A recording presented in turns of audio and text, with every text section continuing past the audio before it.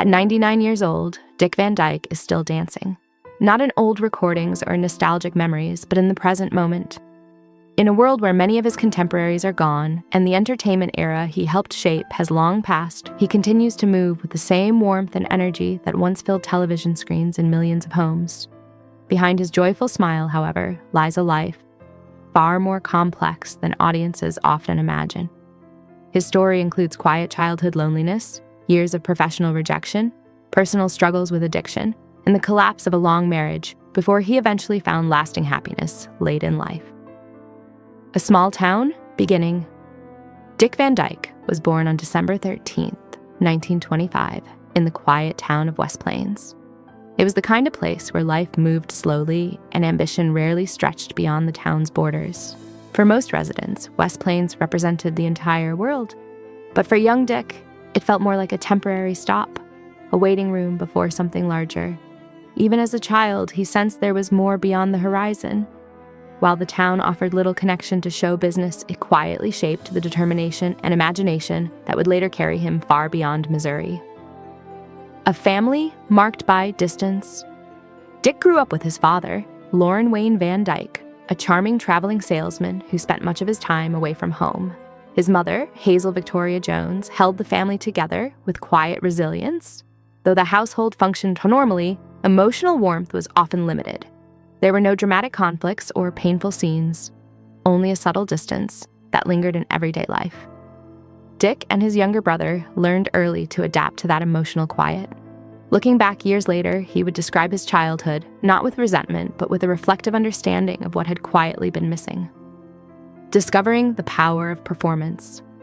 What filled that emotional gap was performance. Even as a young boy, Dick realized that humor could transform a room. A funny face, an exaggerated stumble, or a well-timed imitation could bring laughter and attention. In those moments, he felt visible. He wasn't chasing applause. He was seeking connection. Comedy became his language. He studied the physical comedy of legends like Stan Laurel and Oliver Hardy, carefully observing their timing and body language. By the age of 11, he already understood that comedy was more than jokes. It was craft, rhythm, and structure. War and an unexpected path.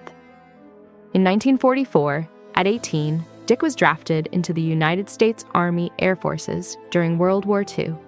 He initially hoped to become a pilot, but he was rejected for being underweight. Instead, he served as a radio operator and later entertained troops through military programs. While he never experienced combat, these performances proved meaningful. Entertaining soldiers during uncertain times showed him the real power of laughter. Comedy, he realized, wasn't trivial entertainment.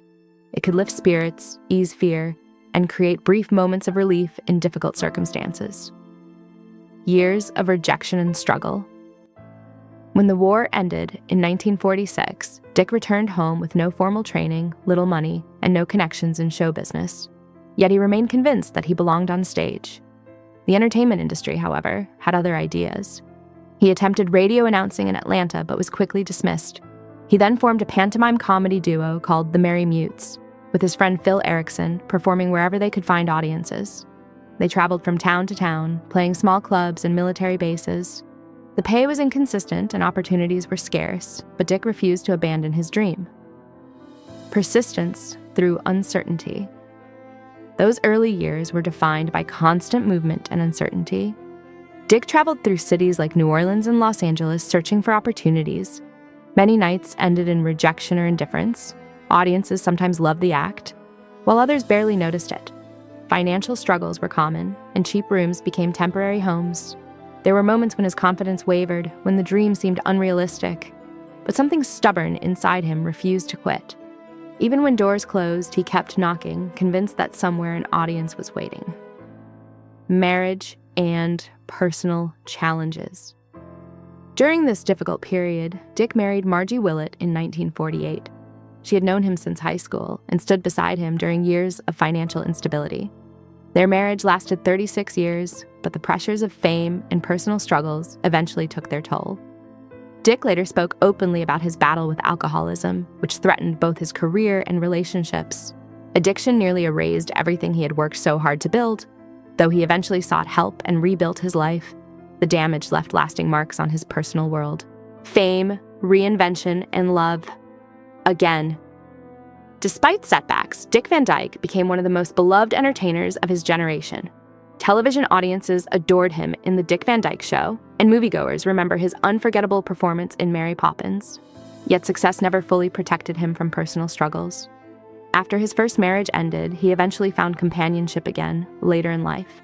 At the age of 86, he married Arlene Silver, discovering a sense of happiness and balance that had eluded him for decades. Living with few regrets. In his later years, Dick often reflected on his life with remarkable acceptance. He acknowledged the failures, mistakes, and painful chapters, but refused to dwell on regret. Every struggle, every delay, and every reinvention had shaped the person he became. The waiting rooms, the standing ovations, the relapses, and the recoveries all formed one continuous journey. Rather than viewing his life as a series of separate chapters, he saw it as a single evolving story. That perspective allowed him to appreciate both the triumphs and the hardships that defined his remarkable path. The practice of joy. For Dick Van Dyke, joy was never simply a reward for success. Instead, he viewed it as something that must be practiced daily. Laughter, kindness, and optimism were choices he continued to make, even during difficult times. His performances were never only about entertaining others. They were about warming the room, lifting spirits, and sharing a sense of humanity. Whether dancing on stage or joking with friends, he believed the act of bringing joy to others was one of life's most meaningful pursuits. Conclusion. A life still in motion. Today, at nearly a century old, Dick Van Dyke remains a symbol of resilience, creativity, and optimism. He continues to move, laugh, and inspire, proof that passion does not fade with age. His life story reminds us that success is rarely simple and that joy often coexists with struggle. Yet the most remarkable part of his journey may be this. Despite every setback, he never stopped trying. And sometimes the most powerful performance a person can give is simply continuing to dance through life,